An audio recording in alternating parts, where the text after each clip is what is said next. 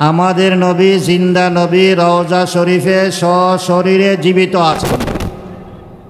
রওজার পার্শ্বে গিয়া সালাম দিলে ডাইরেক্ট রসুল সাল্লাল্লাহু আলাইহি সাল্লাম সালামের জবাব দেন।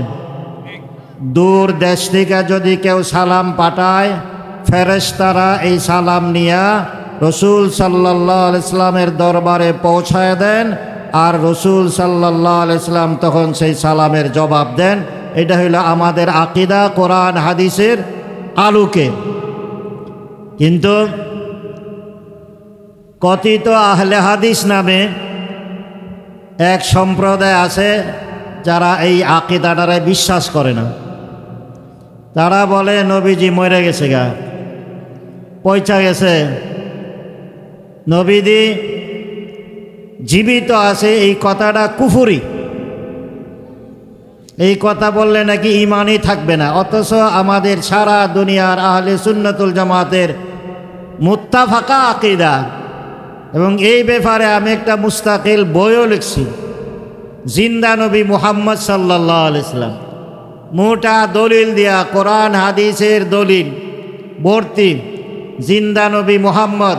আমাদের দেওবন্দি উলামায়ে কেরাম আকীদা, আহলে সুন্নাতুল জামাতের আকীদা, এই আকীদাটাই তারা বিশ্বাস করে না, কোন অবস্থানে আছে। 2 নম্বর আমার কথা হইল, আহলে হাদিস আমাদের জন্য একটা কথিত আহলে হাদিস, যারা আহলে হাদিস নাম দেয় অথচ হাদিসকে অস্বীকার করে, মানে না। এই বর্তমান কথিত আহলে হাদিসকে তারা একটা ধোঁকা, যেমন একটা সম্প্রদায় আছে তাদেরকে কাদরিয়া বলা হয়। কাদর তো তকদির তিকা, কিন্তু তারার নাম কাদরিয়া কেন বলা হয়? তারা হইল তকদির মানে না, হেরার নাম হইল কাদরিয়া। ঠিক এমনিভাবে তারা আসলে হাদিস মানেন না, এরার নাম হইল আহলে হাদিস, নাম রাখছে আহলে হাদিস। আপনি যদি কোনো হাদিসের কথা বলেন, তখনই তারা বলবে এইটি সিয়াসিত্তার মধ্যে নাই, মানা যাবে না। অথচ সিয়াসিত্তার কিতাব ছাড়া আরো শত শত সহি হাদিসের কিতাব আছে। এরা প্রথম তো এই বইলা হাদিসগুলারে ডিনাই করে দেয়, যেহেতু সিয়াসিত্তা 6টা বড় কিতাব এই কিতাবের মধ্যে নাই, অতএব এটা আমরা মানব না। এই কথাটাই তাদের ভুল। কেন মানবে না? সিয়াসিত্তার হাদিসের আগে আরো বহু হাদিসের কিতাব লেখা আছে, এছাড়া শত শত হাদিস মুহাদ্দিসিনে কেরাম লেখছেন। আর সিয়াসিত্তা যারা লেখছে তাদেরও কথা আমাদের এই হাদিসের বিরুদ্ধ বাইরেও অনেক অনেক হাজার হাজার সহি হাদিস আছে। এরা কোনা যেহেতু সিয়াসিত্তাত নাই, মানি না। যাক, এবার যদি বুখারী মুসলিম ছাড়া আরও যে 4খান হাদিসের কিতাব আছে, আবু দাউদ শরীফ, তিরমিজি শরীফ, নাসাই শরীফ, ইবনে মাজাহ শরীফ, এইগুলা হাদিস থেকে যদি কোনো হাদিস দেয়া দলিল দিয়া কোনো কথা বলা হয়, তারা বলে যেহেতু সহিহাইনে নাই কাজেই আমরা মানব না। তথা বুখারী মুসলিমে এইটা নাই, আবু দাউদ হইল মানতাম না, তিরমিজি শরীফ হইল মানতাম না, ইবনে মাজাহ হইল মানব না, নাসাই হইল মানব না। তারা এই হাদিসগুলা অস্বীকার করে দিল। এইবার যদি তাদেরকে মুসলিম শরীফ থেকে দলিল দেওয়া হয়, না এটা তো বুখারী শরীফও নাই, মুসলিম শরীফও মানল না, এরা আমাদের হাদিস মানল কই? এবার যদি বুখারী শরীফ তো দলিল দেওয়া হয়, হেদের আর তারার মকসুদের উল্টা হয়, তারার মতের উল্টা হয়, এরা কই হাদিসটা জয়ীফ, এই হাদিসটা শর্ত অনুযায়ী হয়েছে না, মানে একটা কথা কইয়া এটা মানে ধরতে এরা হাদিস মানল কই?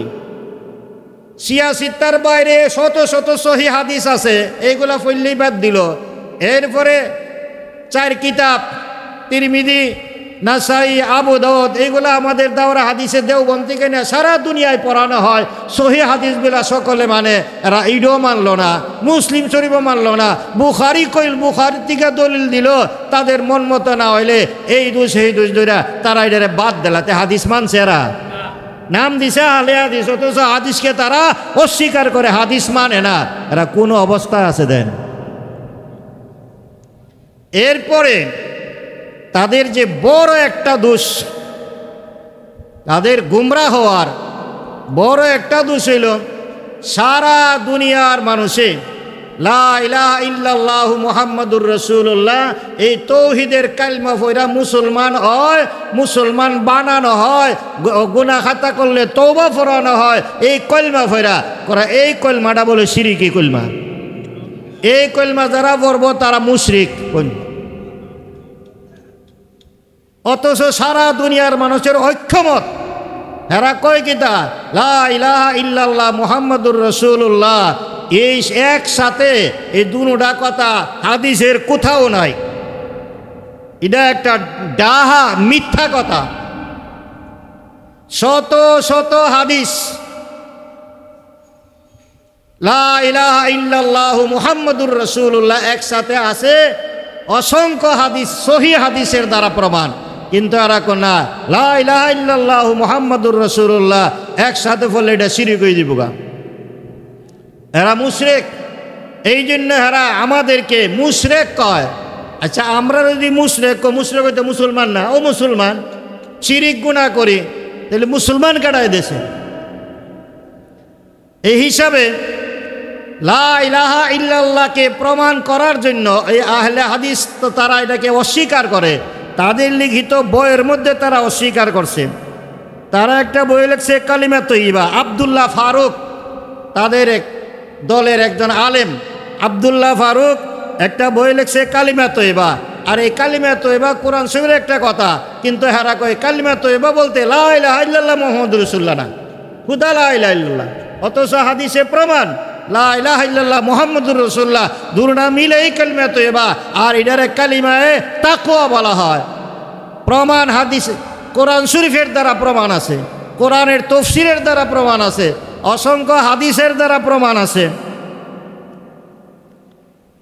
কোরআন শরীফের এক আয়াত সূরা ফাতহ 26 নম্বর আয়াতের মধ্যে আল্লাহ তাআলা এক কথা বলছেন, ওয়া আলজামাহুম কালিমাতাত তাকওয়া। আল্লাহ তাআলা মুসলমানদের জন্য তাকওয়ার কালিমাকে লাজিম করে দিয়েছেন, আর তারাই এই তাকওয়ার কালিমার বেশি হকদার। এইটার আয়াতের অর্থ হইল এইটা।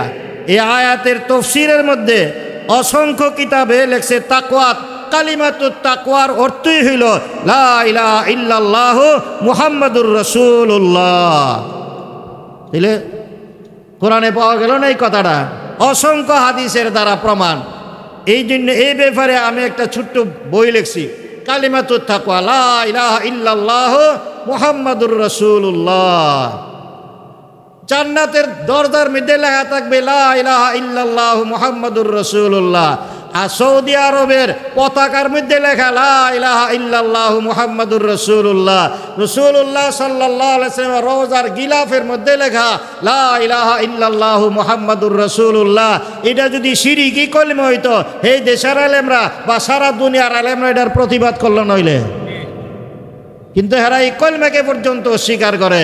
এই জন্য আমি দলিল দিয়া 10টা হাদিস সহিহ হাদিস আনছি, এবং এজমা সারা উম্মতের ঐক্যমত, এমনকি তারা আহলে হাদিসে যে বড় বড় উলামায়ে কেরাম তারাও যে স্বীকার করে লা ইলাহা ইল্লাল্লাহ এটা ঈমানের কালিমা, এরও দলিল এখানে আছে।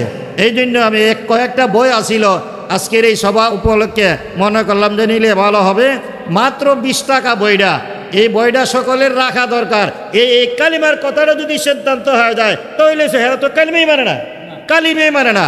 আর কালিমার দলিল যে আছে আমাদের অনেকে না জানার কারণে হেরা যে দলিলের দিল্লা দে বুঝে না, কয় না আর এই কথা তো ঠিক হইব না। না না, আপনারা এই বইটা রাখবেন, মাত্র 20 টাকা। আমি লেখছি এই পর্যন্ত, এটার মধ্যে লেখা আছে আহলে হাদিসে যে অস্বীকার করে এই কথার জবাব এটা লেখা হয়েছে। এই হিসাবে আমরা এই ব্যাপারে বড় সতর্ক থাকব। এটা আস্থা একটা ফিতনা।